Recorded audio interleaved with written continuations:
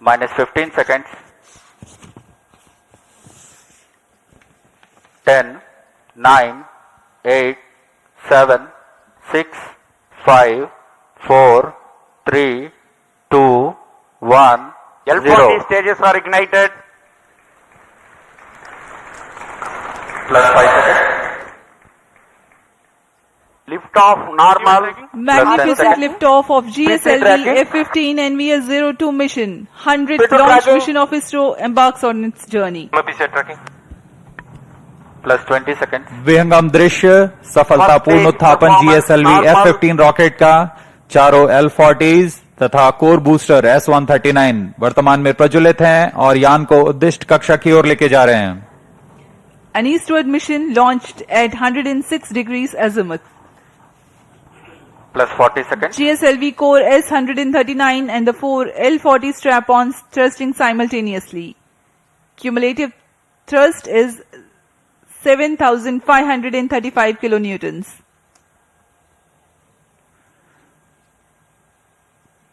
प्रथम चरण में कोर बूस्टर Plus है 1 minute. जो कि Sharvan ठोस नोदक पर आधारित है। Core Sharp to booster main auto. का प्रज्वलन काल लगभग 111 सेकंड का है। इसके पश्चात भी L40 जो स्टपॉन बूस्टर्स हैं उनका प्रज्वलन लगभग 50 सेकंड और आगे चलेगा। इस तरह लगभग 150 सेकंड्स पर प्रथम चरण का प्रज्वलन काल समाप्त होगा। Action time for the core solid motor is 112 seconds and that of the strap-ons is 149 seconds. HTPB based propellant in S-139 and L-40s are powered by turbo pump fed Vikas engine based on earth storable propellant. Shar ground station acquiring the trajectory data. S-139 stage ban out. Core booster का प्रज्वलन काल समाप्त हो चुका है। Plus 2 minutes. स्टेपॉन booster अभी भी प्रज्वलित हैं। इस दौरान यह लगभग 3000 किलो First न्यूटन का stage प्रणोद उत्पन्न कर रहे performance हैं। normal.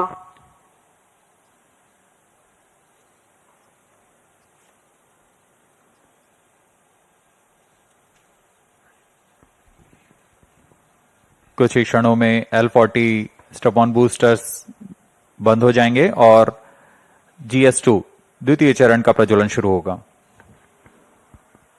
L40 stages thrust cut off. Second stage ignited. First stage separated.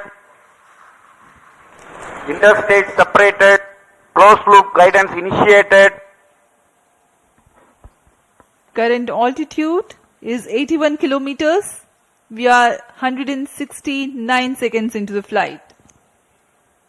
Second stage performance normal.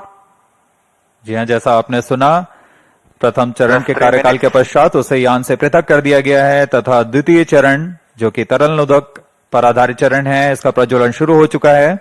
यह लगभग 141 सेकंड का प्रज्वलन काल है।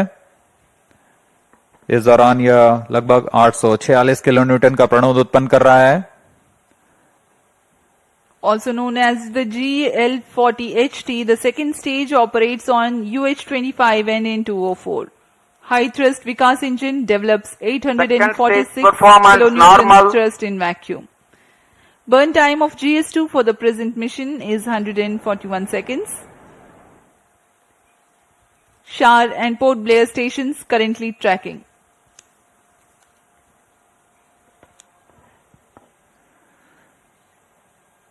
द्वितीय चरण का प्रज्वलन जारी है। इसमें हाइपरगोलिक ईंधन का इस्तेमाल होता है। Payload fairing Plus 4 separated. minutes.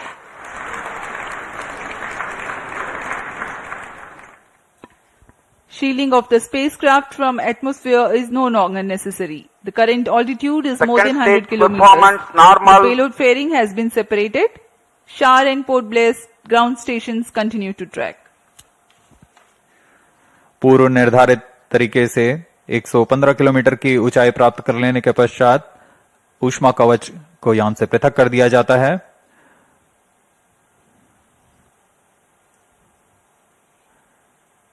Trio stage is authorized. जहाँ द्वितीय चरण का कार्यकाल अब समाप्त होने को है। तृतीय चरण जो कि क्रायो अपर स्टेज है उसे अनुमोदित कर दिया गया है। कुछ ही क्षणों में द्वितीय Second चरण stage thrust cutoff. Second stage separated.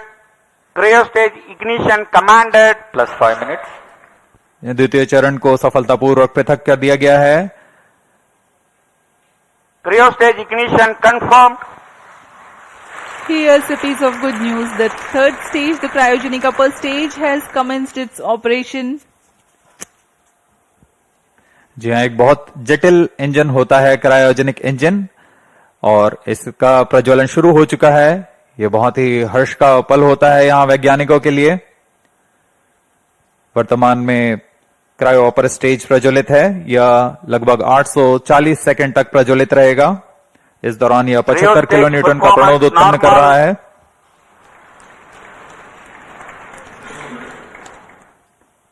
We are 345 seconds into the flight.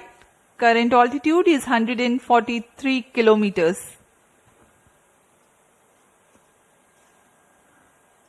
सभी तंत्र सामान्य प्रदर्शन करते हुए और यान उद्देश्य कक्षा की ओर बढ़ता हुआ।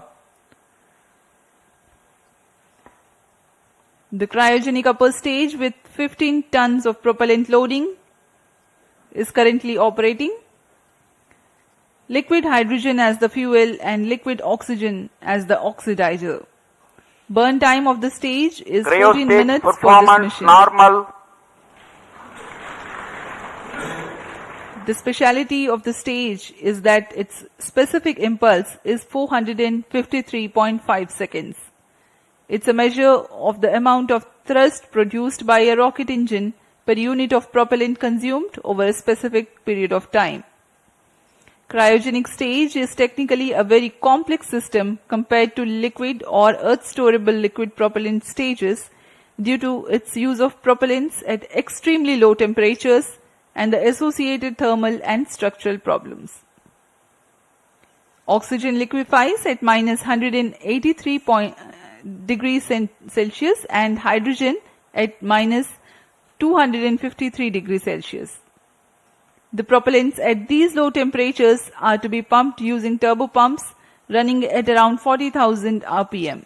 It also entails complex ground support systems like propellant storage and filling systems, cryo-engine and stage test facilities, transportation and handling of cryo fluids and Cryo related stage safety performance aspects. normal.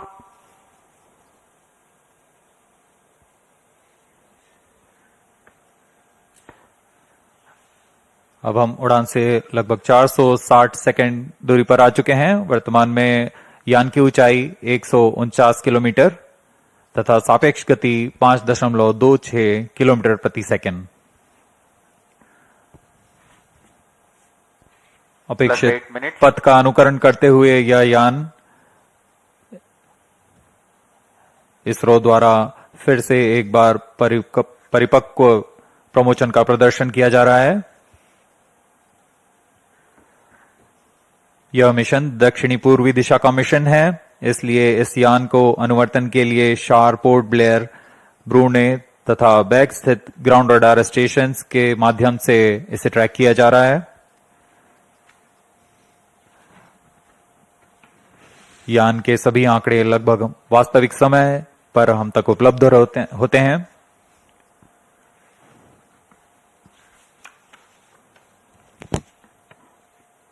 Cryo stage performance normal. वर्तमान में शार तथा port Blair स्थित radar station हम तक यह आंकड़े उपलब्ध करा रहे हैं।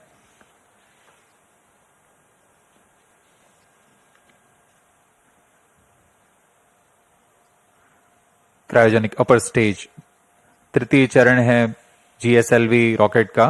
वर्तमान में वह प्रज्वलित है और 75 किलो न्यूटन के प्रणोद के साथ यान को उद्दिष्ट कक्षा की ओर ले जा रहा है। Two gimbal steering engines provide for control of the stage during its thrusting phase. Nominal thrust developed by the engine is 75 kilonewtons in vacuum.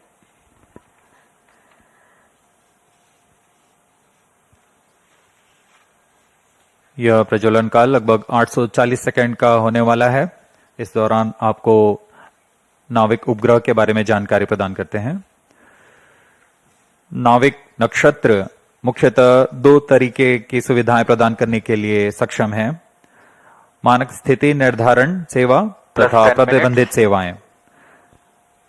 प्रारंभिक सुविधा क्षेत्रों में 20 मीटर की स्थिति विभेदनशीलता तथा समय परिशुद्धता में 40 नैनोसेकंड की परिशुद्धता के साथ इसे Cryo stage अभिकल्पित किया performance गया है। normal.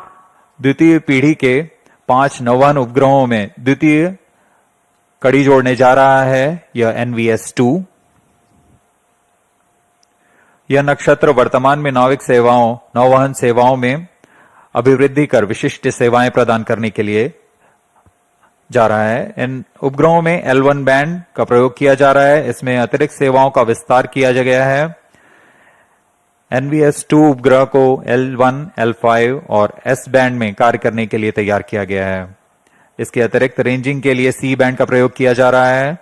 इस उपग्रह को I2K बस पर आधारित कर बनाया गया है। लगभग 3 किलोवाट के विद्युत क्षमता के साथ यह उपग्रह IRNSS-1E को प्रतिस्थापित करेगा। इस अंतरिक्ष यान में रुबिडियम एटॉमिक फ्रीक्वेंसी स्टैंडर्ड, जो कि एक परमाणुविक घड़ी है, इसका प्रयोग किया जा रहा है। यह पूरी तरह स्वदेशी है। इस उपग्रह को यूआर सैटेलाइट सेंटर बेंगलुरु द्वारा अभिकल्पित, विकसित तथा समन्वित किया गया है।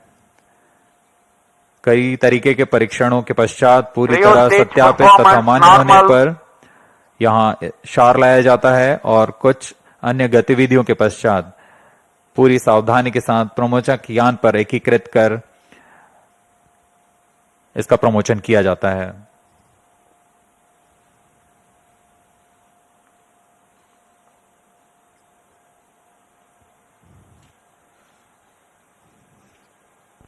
+12 minutes. वर्तमान में GSLV का तृतीय चरण cryo upper stage cryogenic engine कार्यरत है और पूरी तंत्र सामान्य प्रदर्शन कर रहे हैं।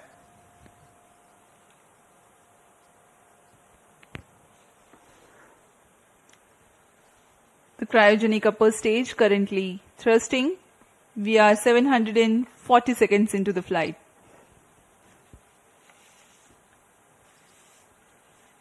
As Port Blair station continues to track, Brunei also has joined.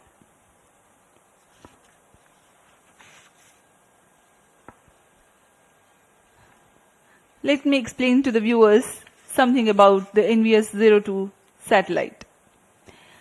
NAVIC stands for Navigation with Indian Constellation.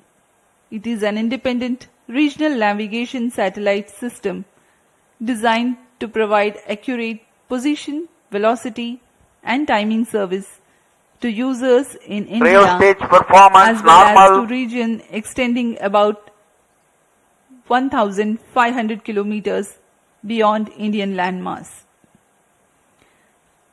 The first generation of NAVIC satellites were launched by PSLV launch vehicles between July 2013 and April 2018. To ensure continuity of services, NAVIC constellation will be augmented by second generation of satellites. The first among the second generation of satellites, NVS-01, has been launched by GSLV F-12 mission on 29th of May 2023. Master Control Facility at Hassan in 14 Karnataka minutes. and Bhopal in Madhya Pradesh monitors and controls the geostationary and geosynchronous satellites of ISRO. The NAVIC ground segment is responsible for parameter generation and transmission, satellite control, ranging and integrity monitoring, as well as timekeeping. Cryo stage performance normal. The NVS-02 satellite will be placed in geosynchronous orbit at 111.75 degrees east replacing its IRNSS predecessor of the first generation. The positioning system principle is based on trilateration, that is, to know the position of any person or any object accurately, minimum 3 satellites should be simultaneously trackable at that point. And to know the time or altitude, Plus one 15 additional minutes. satellite should be monitored at that point. An accurate timing maintained by the onboard rubidium atomic clocks is the key to measuring precise distance to the satellites. Because of the trilateration method, with the visibility of minimum 3 satellites at that place, can remove the errors and provide precise time and positional accuracy of better than 20 meters. The timing accuracy will be better than 40 nanoseconds.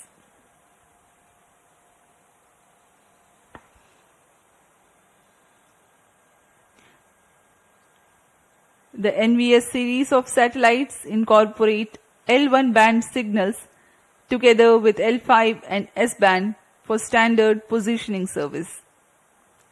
The ranging payload consists of C-band transponder used for two-way CDMA Plus 16 ranging minutes. to facilitate precise orbit determination.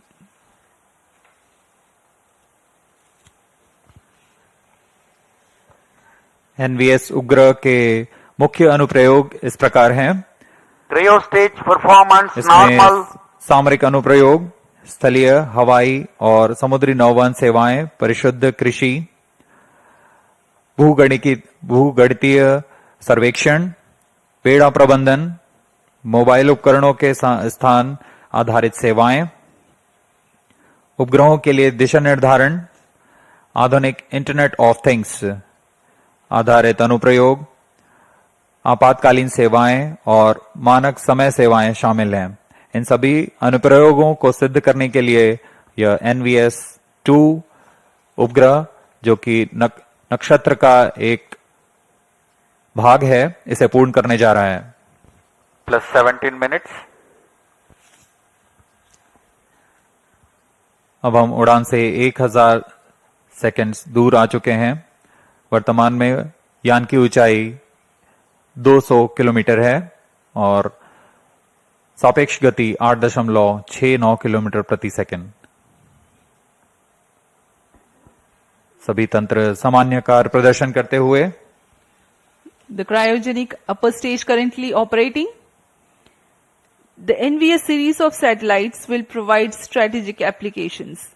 It will enhance terrestrial, Trio stage aerial, performance normal. and maritime navigation. A farming management strategy called precision farming will be made possible through NVS-02. It involves observing, measuring, and responding to temporal and spatial variability to maximize crop yields, reduce waste, Plus and 18 increase minutes. productivity. Ability to obtain highly accurate position, location, and elevation of points on Earth's surface by NVS-02 will help in geodetic surveying. Commercial applications involve fleet management to track vehicles and allowing the monitoring of performance. Mobile devices can be used to interact and obtain location-based services. With its continuous tracking and coverage capabilities, NVS is said to become a powerful means in precise orbit determination of satellites. Other noteworthy applications include IoT-based applications, emergency services, and timing services. We are 18 minutes 50 seconds into flight. Trio stage thrust cutoff. Plus 19 minutes. तृतीय चरण को अब Satellite injection conditions are achieved. बंद कर दिया गया है तथा प्रमोशन की स्थितियां प्राप्त हो चुकी हैं NVS-02 satellite separated. और हर्ष का पल यहाँ पर सफलतापूर्वक NVS-2 उपग्रह को अंतरिक्ष में NVS-02 mission accomplished. उद्दिष्ट कक्षा में अंतक्षेपित कर दिया गया This है। is range operation director. With this mission accomplishment, the Spaceport of India, SDG Sharp, Sriharikota, ISRO, Department of Space, had completed 100 launches from here. That is from SLV E1 10th August 1979 to GSLV F15 29 June 2025. Congratulations Team ISRO for 100 launch missions. Handing over to Mission Director.